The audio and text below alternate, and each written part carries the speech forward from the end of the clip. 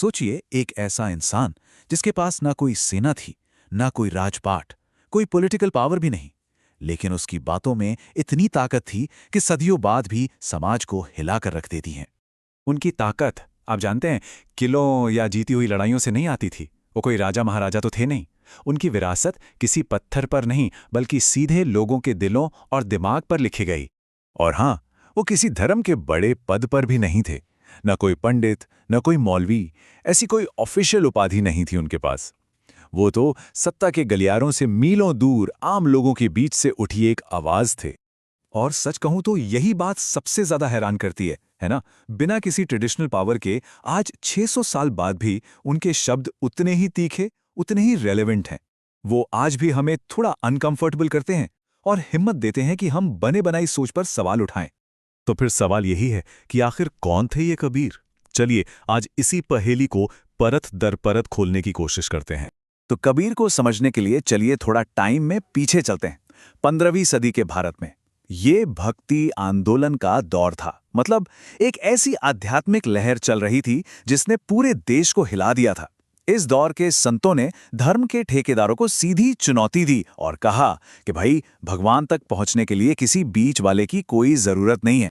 तो ऐसे ही माहौल में वाराणसी के पास एक जुलाहा परिवार में कबीर पले बढ़े।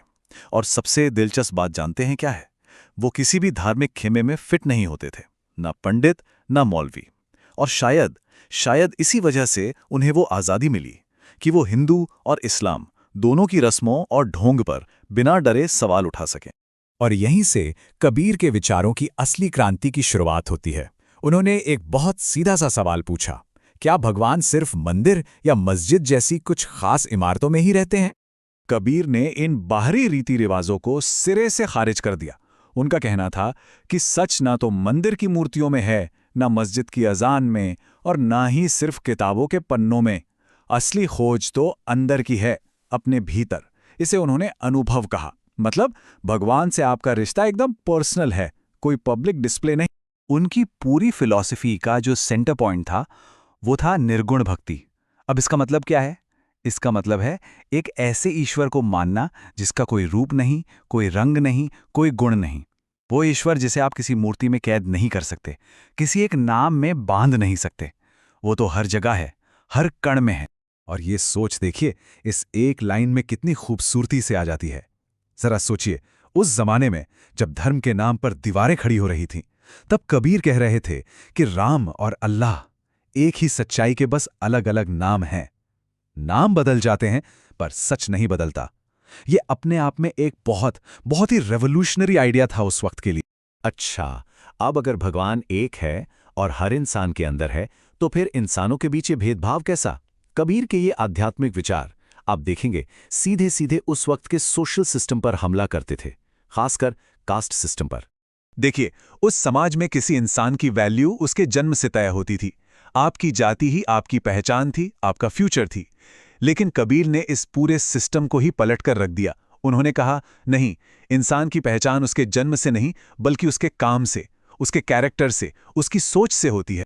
और वो सिर्फ बातें नहीं करते थे, वो लॉजिक से सवाल पूछते थे। उनका ये सवाल देखिए, ये तो सीधे सीधे कास्ट सिस्टम की नींव पर एक तगड़ा हमला है। एक ऐसा सवाल जो किसी को भी सोचने पर मजबूर कर दे। और सच कहूं तो इसका जवाब देना आज भी आसान नहीं है। चलिए अब एक और बहुत ही इंटरेस्टिंग बात पर आते हैं। कबीर के इतने गहरे, इतने बेबाक विचार आखिर हम तक पहुंचे कैसे?